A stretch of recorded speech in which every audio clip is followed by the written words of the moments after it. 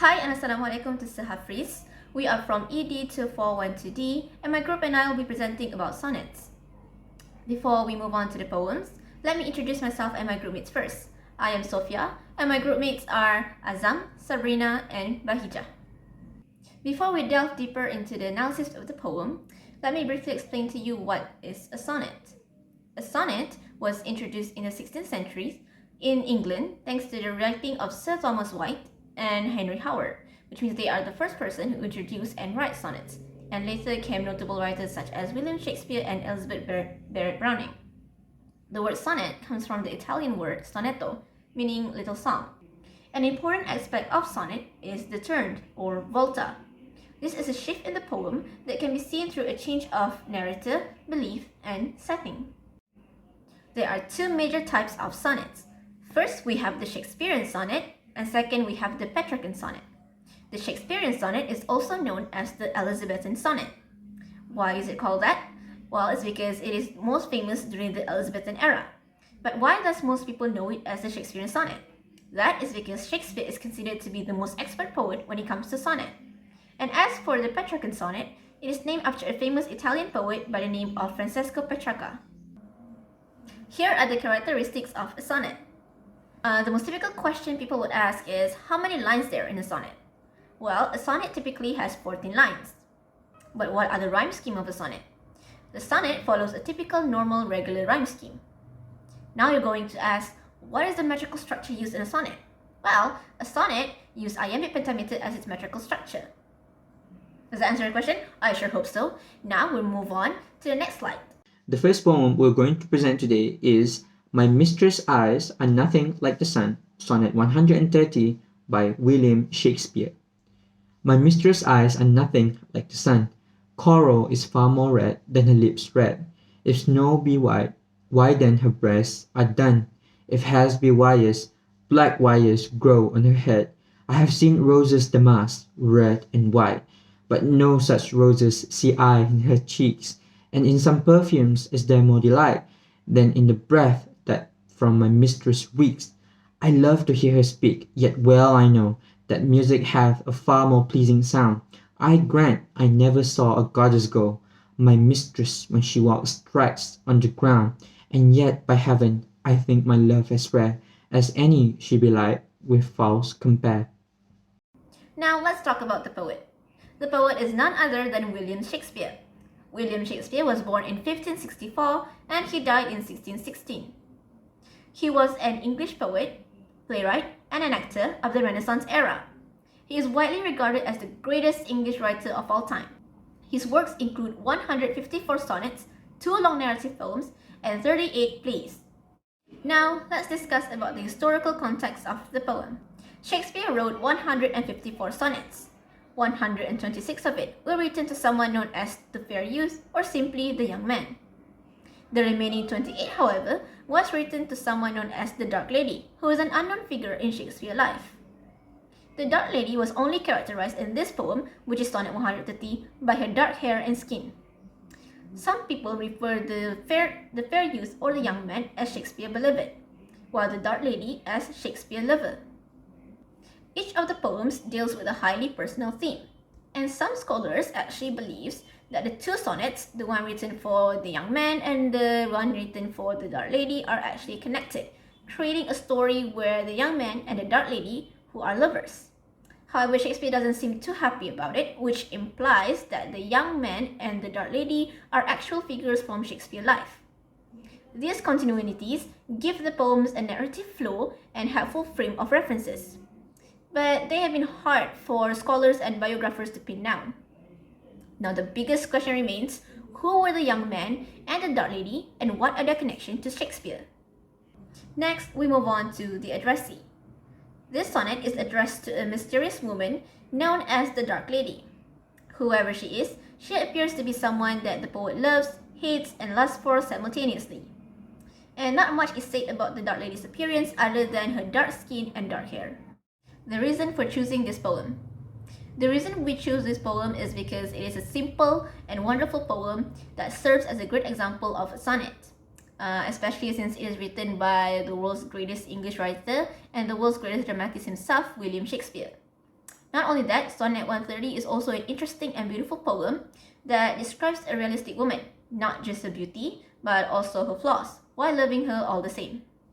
Now let's look at the technical part of this poem. The first one, we have setting. There are three types of setting that can be found in this poem. The first one is social setting. The social setting is the people who are glorifying women's beauty with unrealistic figures such as nature and godly beings without embracing the flaws that women possess, like Shakespeare does. And the second setting is time setting. The poem was published along with other Shakespeare sonnets back in 1909. And the third setting is the place setting. Not much has been recorded on where his sonnets were written, but taking his other work into account, he probably wrote them back in London. Next, we have the form of this poem. This poem consists of 3 quatrains and 1 rhyming couplet, as you can see here. Next, we have the rhyme scheme. The rhyme scheme of this poem varies from stanza to stanza. For example, we have ABAB from stanza 1, CDCD from stanza 2, EFEF from stanza 3, and GG from stanza 4. There are 4 types of poetic devices that can be found in this poem. The first one is simile, second one is metaphor, the third one is hyperbole, the fourth one is irony, and the fifth one is alliteration. Simile. Simile is when the author is comparing 2 things with the word like or as. For example, here, the first one is my mistress' eyes are nothing like the sun, which means that Shakespeare compared the mistress' eyes with the sun. The second example is coral is far more red than her lips red. Here, we can see that Shakespeare compared the redness of the coral to his mistress' lips. Next, we have metaphor. Metaphor is when the author is comparing 2 things that are not similar in a figurative way. For example, I love to hear her speak, yet well I know that music hath a far more pleasing sound. Here what Shakespeare did was he knew that his mistress' voice is nothing like the music that he hears. They are miles different. Next, we have hyperbole. Now, hyperbole is an exaggeration of something. There are 2 examples of hyperboles that can be found in this poem. The first one, if has be wires, black wires grow on her head. I find this a little bit funny because here Shakespeare compared his mistress has with wires, which we all know wires are hard. Therefore, his mistress has a hard as well. And the second example, and in some perfumes is there more delight than in her breath that from my mistress reeks. Here, Shakespeare exaggerates his mistress' breath as so bad compared to some perfumes. Next, we have irony. The example that can be found in this poem is, and yet, by heaven, I think my love as rare as any she be light with false compared. This is the last stanza, the last rhyming couplet in this poem. Now, this is an irony because if we're looking back at all the stanzas before this couplet, we can see that Shakespeare is kind of like shaming his mistress physical. But at the last stanza, he then contradicted all of his stanzas by saying that he's still in love with his mistress despite all the flaws that she has. For the last poetic device in this poem is alliteration. Alliteration is the repetition of the consonant sound. Now in this poem, I can find 2 alliteration. The first one is coral is far more red than her lips red. We can see that there is a repetition of the consonant R. Coral is far more red. And the second one is hear her speak. Hear her speak, the repetition of the word H. Now at the end of this poem, we want to see if Shakespeare's sonnet is still relevant to this day and age with the current issue. The current issue that we found is Korean beauty standard. Shakespeare, he promotes the message of loving someone unconditionally despite their flaws. Many people have begun to realize that beauty exists in someone with pure souls despite how lacking their physical appearance might be. Now, if we're looking at the Korean beauty standard, we can see that Korean beauty standard is looking for perfection. Meanwhile, Shakespeare himself said hundreds of years ago to appreciate ourselves despite our flaws, to love ourselves, to love our flaws and accept them as who we are right now. And that is all for the first poem, My Mistress' Eyes Are Nothing Like the Sun, Sonnet 130 by William Shakespeare. I now pass the microphone to my other teammates.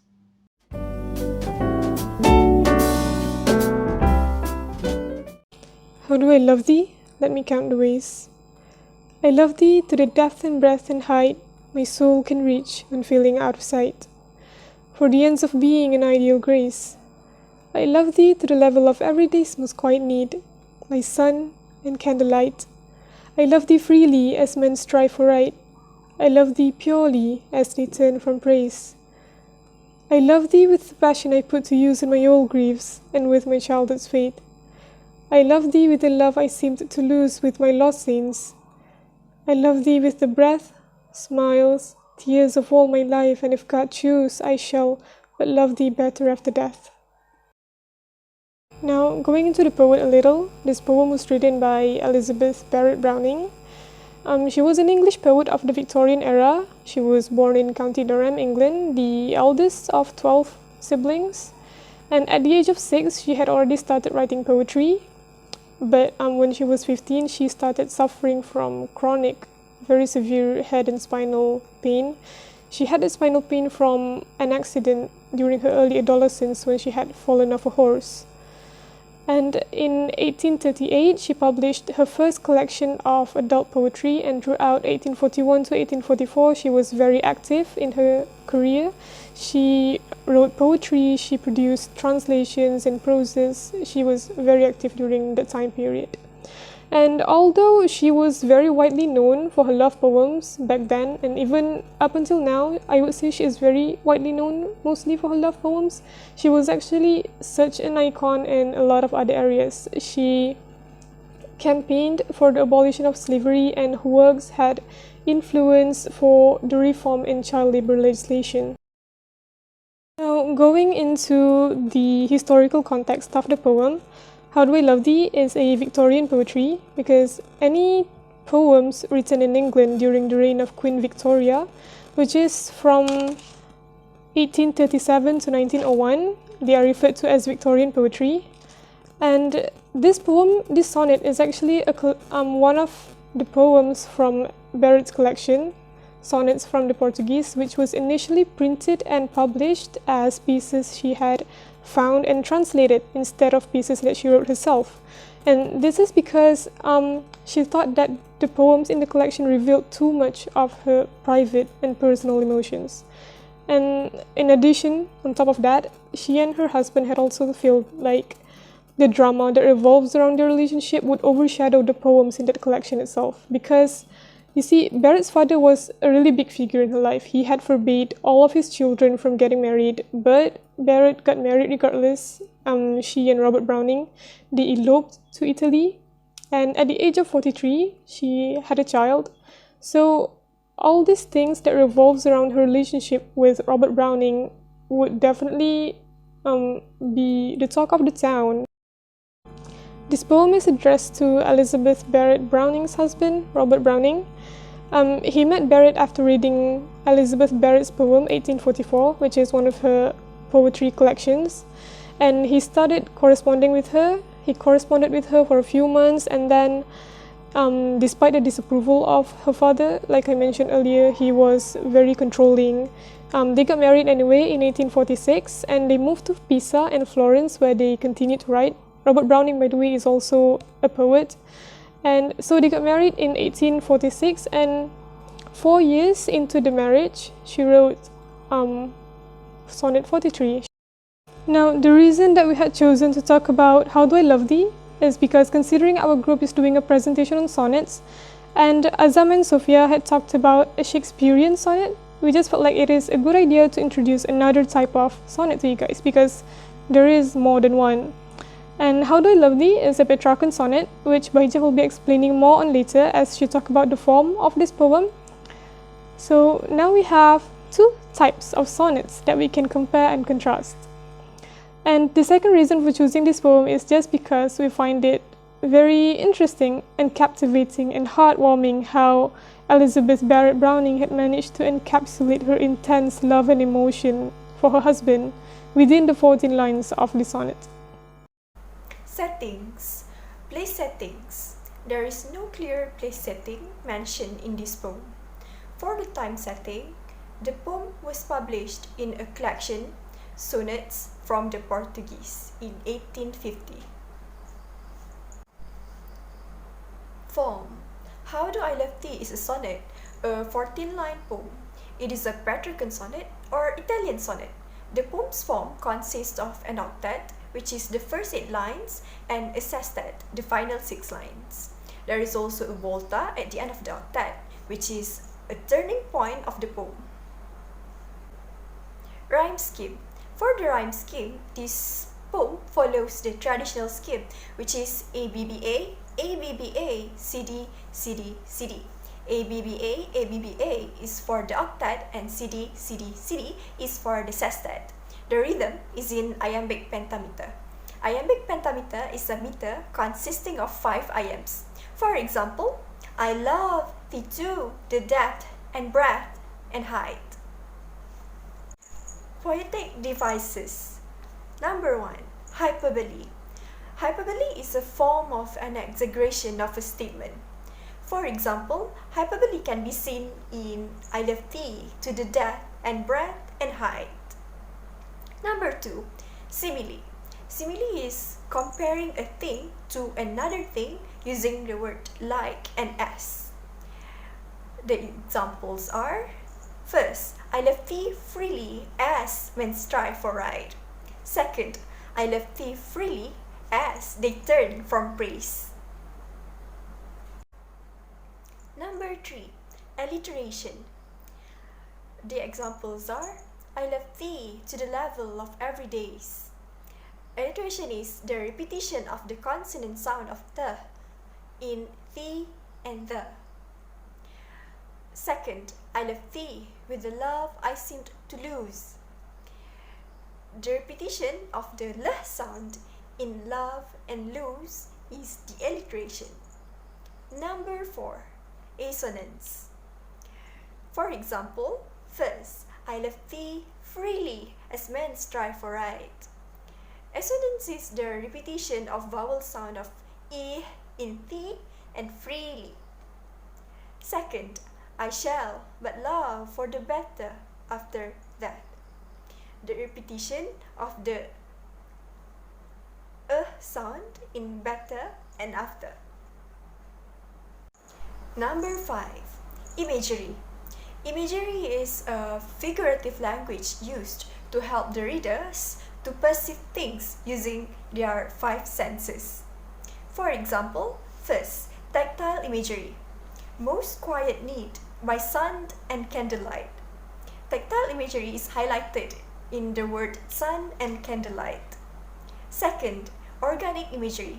In my old graves and with my childhood's faith. The organic imagery is highlighted in the word graves. Love is something that transcends time. The poem shows how strong the poet's love is towards her husband.